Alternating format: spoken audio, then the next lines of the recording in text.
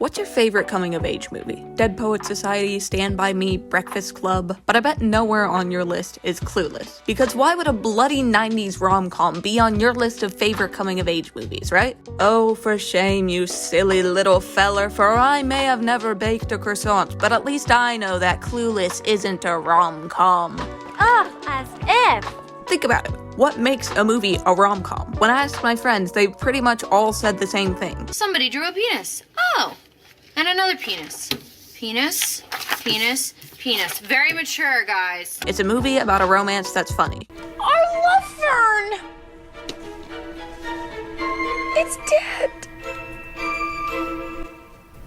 No, honey, it's just sleeping. You let it die! And yeah, there's definitely a lot of romance in Clueless. Cher and Josh, Ty and Travis, Dion and Murray, but the movie is not about romance. Ew! Get off of me!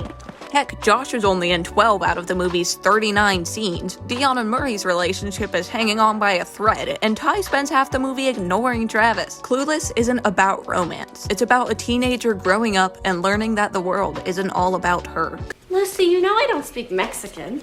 I'm not a Mexican. Great, what was that all about? Lucy's from El Salvador. Cause Cher starts out as a kind of terrible person. She thinks she is the end-all be-all of life on Earth. She doesn't have a license, but Cher drives to school anyway because she wants to, and if she wants to, she should get to. Then she picks up her best friend Dion and explains that they're friends because they both know what it's like to have other people be jealous of them. Then at school, she lies to her teachers for better grades, crying to her PE teacher about how some guy broke her heart, promising her English teacher she'll start a letter writing campaign, and manipulating her debate teacher into a relationship. But oh golly gee, we're not done yet, kids. Cause when Ty gets to the school, Cher, being the terrific hero she is, takes pity on her. She claims her as her new project and starts turning her into another version of herself because she genuinely thinks that the only way someone can be good is if they're like her. She won't let Ty hang out with Travis, she pressures her into a makeover, she literally tells her she needs to get rid of her accent. It's another thing, Ty. We've got to work on your accent and vocabulary. It's awful. She's almost another Regina George, just with a better cover. Now, please don't kill me for saying that, because I do genuinely love this movie, because I said she's almost like another Regina George. There's one critical difference. Where Regina knows exactly what she's doing, Cher has no idea. She honestly thinks she's helping Ty, that she is the outline for the perfect woman. But then Cher meets Christian. My man's is gay, but she does not notice this at all, because she is, oblivious. Dig this? They're charging for brewskis. One night, Christian goes to Cher's to watch some movies, but while he just wants to hang out with his friend, Cher is fully convinced that they are going to bang that night. Luckily, Christian realizes what Cher's thinking before it gets too utterly awkward and says he has to go home. The next day, Cher's talking to Dion about how perplexed she is. I mean, why would this definitely straight man not want to bang her? She blames it on bad lighting, but just before she lays it to rest, Murray, in the most 90s way possible, tells her Christian's gay. He's a disco dancing, Oscar Wilde reading, strides and ticket holding friend of Dorothy, know what I'm saying? I think this is a really important part of Cher's character development because she realizes for the first time that she isn't in control of everything, that she isn't the end-all be-all. But right after she's dipped her toe in the water, she is literally shoved under like Harry Potter with a Horcrux. Because a few days later, Cher is at the mall with Ty and Christian when some jerk-offs think it'd be a ha-ha funny to almost kill Ty. News gets around and suddenly Ty is the popular girl at school. Nobody cares about Cher anymore. It's all about the girl who lived. Even when Cher tries to grab some attention by talking about the time she was robbed, she just gets cut off. People want to hear about Ty, not her. And it turns out, Ty's turning into a real jerk. You're a virgin who can't drive.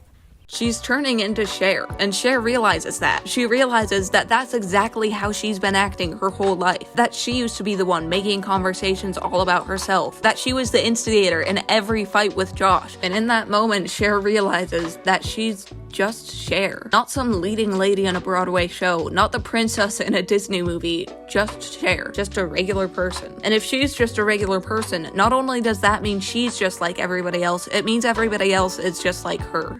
I'm captain of the Pismo Beach Disaster Relief. I don't think they need your skis. Daddy, some people lost all their belongings. Don't you think that includes athletic equipment? It means that Ty was never just a helpless project. Josh was never a whiny jerk. Travis was never only an idiot skater. Suddenly, Cher feels legitimate empathy for the people around her. And I don't mean to say that she never felt empathy before, because she did. She was never the villain in this story. She tried to help her dad eat better and to cheer Ty up after the whole Elton fiasco, but I don't think she was aware of how much empathy was needed. She just didn't realize that Travis and Josh and even Amber deserve empathy, but by the end of the movie, she does. She goes to Travis's skating competition to support him, she apologizes for trying to change Ty, and as we all know, she's now in love with Josh. I love Josh. I mean, it's just, you literally cannot deny it. Cher ends the movie as a better person than she started. Ruin my satin shoes, why don't you? I'm sorry. Excuse me, my shoes. This is so not fixable. I'm sorry about your shoes. What shoes? The red ones with the strappy thing. Oh, those are so last season. What even made you think of them? Which, to come full circle, is what coming-of-age movies are all about. Because I know I'm wrong a lot, but I know one thing, and that is that Clueless is not a rom-com.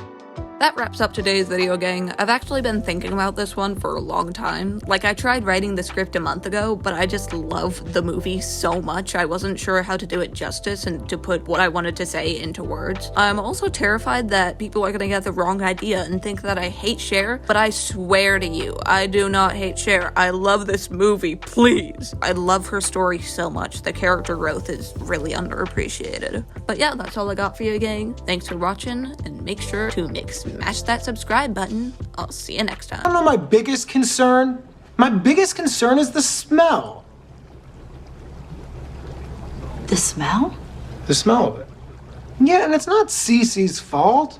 I mean, they all smell. I've told her that. You told Cece you think all women... Don't make this a feminist thing. I'm not making it a feminist thing! How? They smell terrible. It's common knowledge. I thought your biggest concern would be how it affected the people around you. I mean, sure, a bunch of old drunks will go. But if your biggest concern is the smell, I'm sure that's highly manageable. Yeah.